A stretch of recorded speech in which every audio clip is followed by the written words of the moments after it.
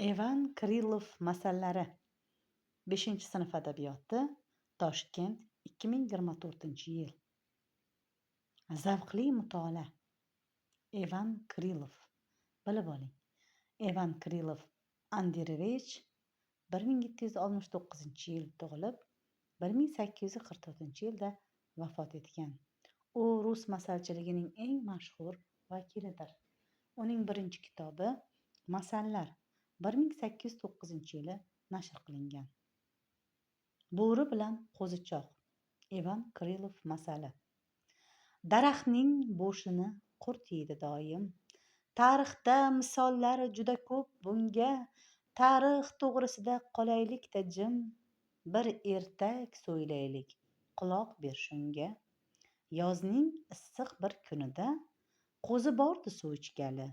O'z joniga qasd qilgandan xabari yo'q uning hali.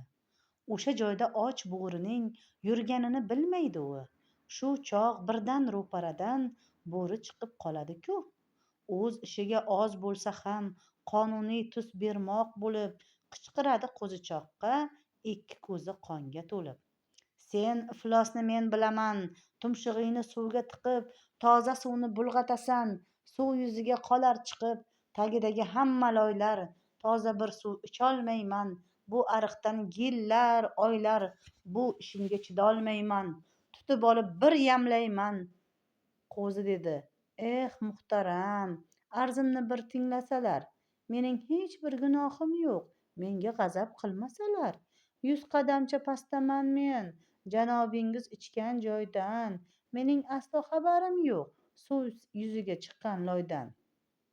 Demak, mening gapim yolg'on, bu gunohing undan yomon. Dunyoda yo'q bunday bo'xton.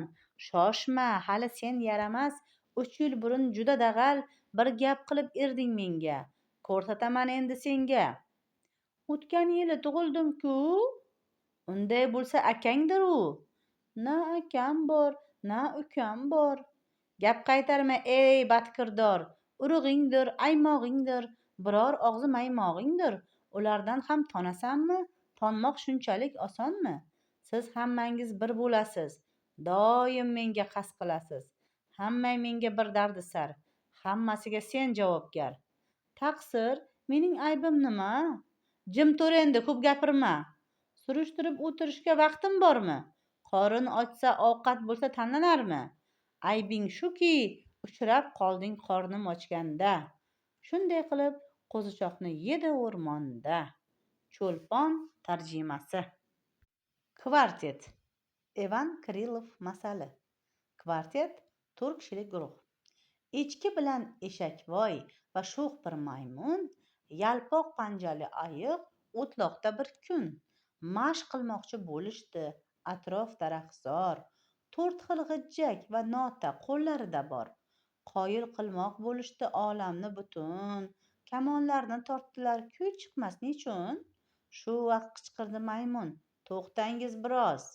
Biz bu xilda o'tirsak durust chiqmas soz. Sen echkiga ro'baru o'ltir ayiqvoy. Men bo'lsam eshak bilan turay yonma-yon. Shunda chiqib mashqimiz albatta ravon, muqom qilar bizlarga tog'u tosh o'rmon. Almashtirib joylarni boshladilar soz, baribir hech chiqmasdi yoqimli ovoz. Shunda eshak hangrab der: shoshmang, bir gap bor, yaxshi chiqar kuyimiz o'tirsak qator. Ma'qul tushib bo'ldilar to'rtov yonma-yon, baribir kuy chiqmadi bu gal ham ravon. Endi yana kuchaydi tortishuv janjal, kim qayerda va qanday o'ltirsin bu gal. O'rmondagi bu shovqin g'avg'o to'polon bulbulni jalb ayladi o'ziga shu on. Shunda iltimos bilan bulbulga ular: andakkina quloq sol ey qush, dedilar. Bizda nota ham cholg'u bari narsa bor. Yangramog'i kerakdir bulardan navo. Yalinamiz jon qushcha, bo'l bizga hamkor. Faqat aytgin qay taxlit o'tirmoq darkor. Bulbul dedi: bo'lmoqchun sozanda mashshoq, uquv bilan kerakdir nozikroq quloq. Sizchi aziz do'stlarim, qanday o'ltirmang, mashshoq bo'la olmaysiz, ovora bo'lmang. Shukur Sa'dulla tarjimasi.